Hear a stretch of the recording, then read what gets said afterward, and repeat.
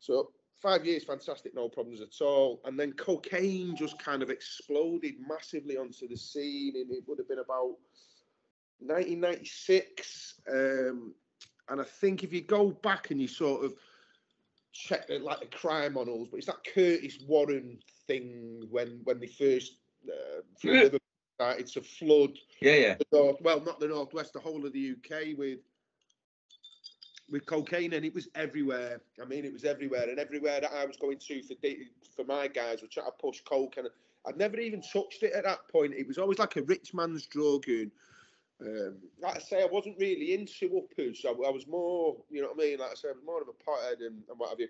And then in any case, this lad gave me he said, listen, you know, take some of this. And I said, I don't want it. I said, I don't move it. And he said, just try some. And I had a go, and I was like, fucking hell, where's that big? Do you know what I mean? And the thing for me, like I say, Wolf, at this point, I was giving it sort of Bertie Big Bollocks around town and that, and I was, you know, I was mixing, I was in all the best places, you know, like I say, loads and loads of money, really crass and makes me cringe thinking about it now. But inside, I was a total mess. Like I say, I'd always grown up with this just awful feeling of fear, like some kind of sense of impending doom, that something awful was going to happen at any one moment. And the first time I had this big fat hairy line, that just went, and it was just like, wow. And basically that was it. And it was like, some people talk about like addiction as if, and I know this, you know, because obviously I've done this shit for sort of 20 years now, but for a lot of people, it was like a downward descent, a downward spiral, and you know, and kind of it gradually got the roots into it. But for me, it wasn't. I just jumped feet first straight into it, because at the time I had the financial capacity. And like I say, you know, and I mean, well, basically, I went from never having touched cocaine at all to within the space of 12 months, I had an habit where I was doing probably 2 ounces a week.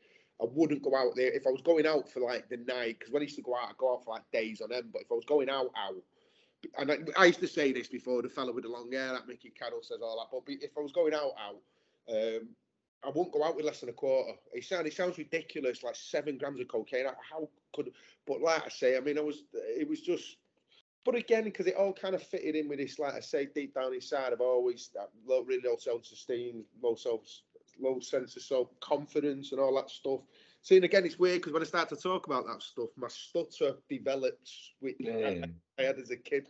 And it's funny, isn't it? Because I know you as quite a confident guy, and you're actually sharing stuff with us that, yeah, you share in the right recovery 12-step paces, but it isn't necessarily your public persona, is it? No, not at all. I mean, again, I think that's something that I'll talk about that more probably when we talk about recovery, but being able to own that, being able to kind of recognise where all that stuff comes from, and now allows me to be the same brash, cocky, overly confident dick that I've always been my entire life. But now I've got the balls and the heart to back it up, whereas I never had before. So it was all just, like I say, it was all ego and all bravado. So yeah, I jumped headlong into addiction. It wasn't addiction at that point, because it was, like I say, I was doing. I mean, there was a strong compulsive element to it, but I thought I was Manchester's sort of Tony Montana, Wolf. It sounds terrible, but I go to bed with a line racked up on either side of the bed, so that when I sort of kind of open my eyes, the first thing,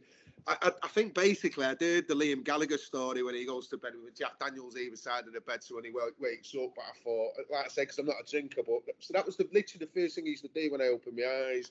And I had all the stereotypical problems, hole in my septum, horrendous nosebleeds. I used to wake up on a regular basis, bump into my mum on the landing in the bath, going to the bathroom, with like the pillow stuck to my face because my nose had like hemorrhaged in the night. And the pillow was stuck to my face, so the only way I could get it off was in the shower when it had got wet, you know, to peel it away. Yeah. Rip off my face off. She'd be like walking, what's going on there? It's all right. So yeah, and then like I say, I think basically that in some ways I have to thank God for small mercies, but I think if circumstances hadn't conspired against me, I just think it would have got hugely worse.